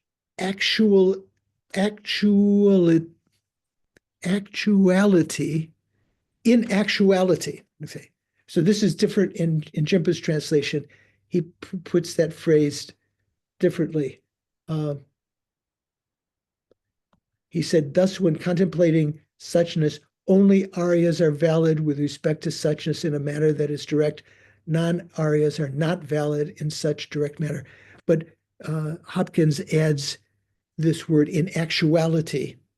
In that case, in actuality, only superiors, only Aryas are valid with respect to contemplating suchness. And note when he says contemplating, that's the Tibetan word sampa. That's usually what we translate as contemplating. So only superiors are valid with respect to contemplating suchness. Non-superiors are not actually valid. So until you've realized emptiness directly, and you have that, so even when you're not talking about the Buddha's gnosis, in the perspective of the Buddha's gnosis that directly realizes emptiness, in the perspective of the Arya's direct realization of emptiness, all of there's nothing, so it's not exclusive to the Buddha's gnosis, but it is true. The context was for the Buddha's omniscient mind knows emptiness by the way of not seeing. That's the best seeing. But that's also true for the Aryas. Aryas have directly realized emptiness in their meditative equipoise on emptiness. No conventionalities appear. So that's what's saying. Only Aryas are valid with respect to suchness, or as Hopkins said, in that case, in actually, only Aryas are valid with respect to contemplating suchness. Non-Aryas are not actually valid. Okay. So then this last phrase, this last sentence now comes to the end of Hopkins' translation that we have. So after this, we'll be relying on other sources. So Jimpa translates this last thing. In view of this, the rejection of arising from other is done from the perspective of Aryas. Remember that earlier, one of the criticisms, Chandrakirti, all the Nagarjuna, all you guys, everyone knows that things are, why do you need all of these philosophical arguments? Just depend on the ordinary man to determine whether things arise or not. Here it says, in the view of this, all of this previous, the rejection of arising from other, right? Other arising. Remember, we refuted self-arising. We're still on the section of other arising from other. It means, the real sense of it means arising, what is being rejected is arising from an inherently different other. Like the seed and the sprout would be inherently other. They're not in that kind of rejection is done from the perspective of the Aryas. It cannot be invalidated by perspectives stemming from the everyday world. Or as Jeffrey translated, hence the world does not damage, that is to say, does not invalidate the refutation of production from other in the perspective of a superior's perception of suchness. I think that Jeffrey's translation is more authentic to the sense of what's being said here. Hence, the world does not invalidate or compromise or damage the refutation of production from other in the perspective of an Arya's perception of suchness. So to the perspective of the Aryas who directly realize emptiness, there is no production. There is no inherent production. Okay, how do you feel? Making sense? Sean is tenacious and wants his question answered. So I feel like I understand that part, but what I'm confused about was the part where you were reading when the debate between Lama Zopa and or Geshe Sopa, Yeah. where it was saying when the Buddha sees the cow, he's not seeing the horse. No, So it doesn't say that. That's what Lama Zopa is trying to say. But when the Buddha sees the cow, he also sees a horse. But in the perspective of seeing the cow, the Buddha, in the manner in which he sees the cow, he doesn't see the horse. That's maybe a nice, more Geshe-la often translated in the manner. In the manner in which he sees the cow, he doesn't see the horse. In that manner, in that perspective. But the Buddha knows both the horse and the cow. Well, right, but is it saying that when he's directly perceiving just the cow, then the horse isn't arising? You're leaving off the crucial phrase there, zignor. In the perspective of seeing, you're leaving that part off. Well, what does perspective of seeing mean? Yeah, that's what we're talking about. That's it. So. Well, because I get it. Like if he's experiencing emptiness, then neither of the horse nor the cow arise. Right. But from the perspective of the cow. So this is just a simple example Lama Zopa was bringing up from his own reading. Maybe it's in some of the other texts to try to explain what signor means, what in the perspective of seeing. So from the Buddha's in the perspective of the Buddha seeing emptiness directly. So the Buddha knows, you don't even have to add the word directly here, because the Buddha only knows things directly. So if you want to get into the bare bones, you can say, from the perspective of the Buddha's seeing or knowing suchness, no conventionalities appear in that perspective. But that omniscient mind also knows those conventionalities, but from the perspective of seeing emptiness, they don't appear. They're not known.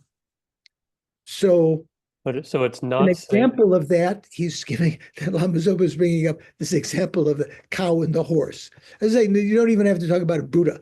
So from the perspective of you, say if there's in your barnyard, I don't think you have in your backyard a barnyard, but let's say if there was a cow and a horse, you could see the horse, and maybe peripherally you could see the cow, or the vice versa. Maybe you could look, they're standing right next to other, smiling or nudging one another or something. But in the perspective of seeing the horse, in that perspective, in that way in which you see the horse, manner of zignor, you don't see the cow. Okay, something to think about. Okay, so Geshe-la had said at the end, this will help very much in the future. So when we get to if I live that long, if we get to the resultant stage, Please live that long. yeah, then that's okay. Then when quoting, dividing sutras mainly having meaning you understand, then easier. So anyway, Geshe-la was saying that when we get to that point, this will be, this introduction now to zignor, and it will come up again, and you will find it in the literature also. So this is a subtle kind of philosophical point, but kind of dry bone. So thanks for chewing these with us today. I guess some people have, Richard's disappeared already. Sorry, gone over.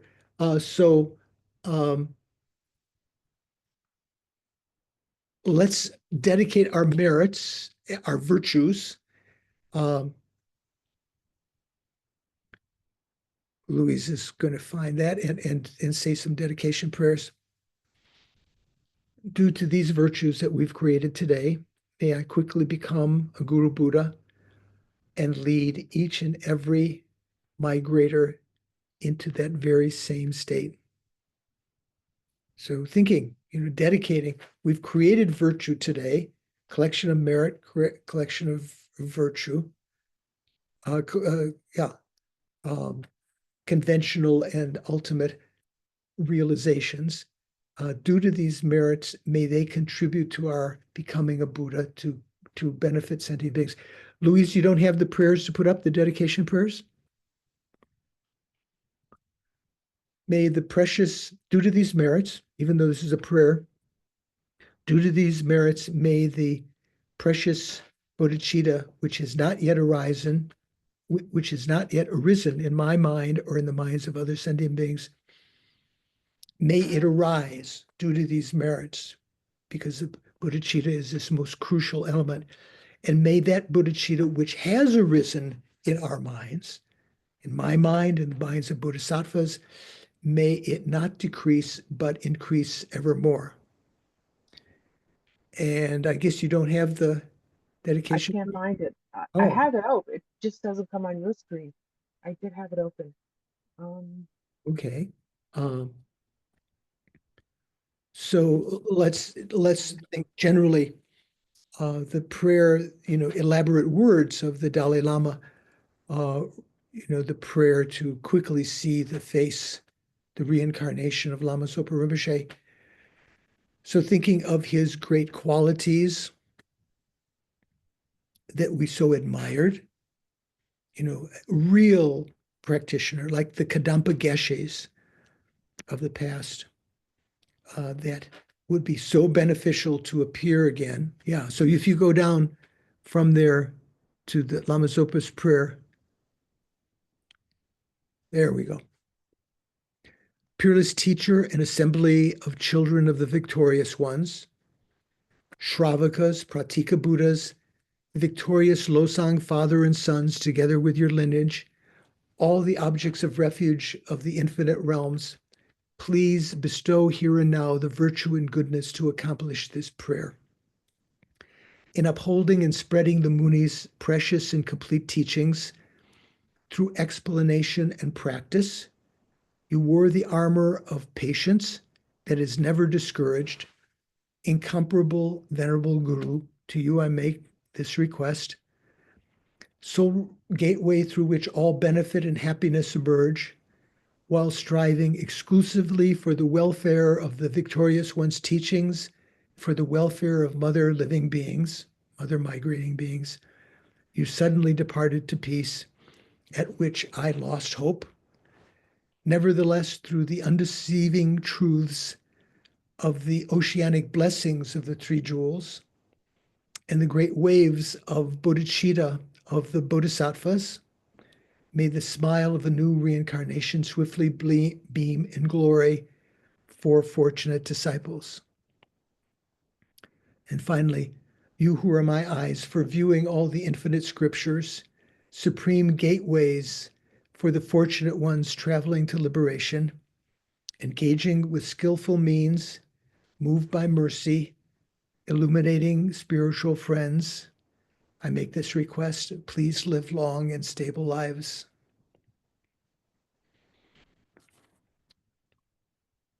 And thinking right at this present time with all of the chaos that's going on in the world politically, especially in the United States politically and everything, I think again and again of one of the verses in the 8 verses of Training the Mind, my own translation, something like this. If I encounter beings of bad character who are insistent on evil, who are, let's say, have compulsion for evil, and who are racked by suffering, may I see it when I encounter those beings, those situations, may I see it as a precious opportunity, or as the verse says, a precious treasure, difficult to find.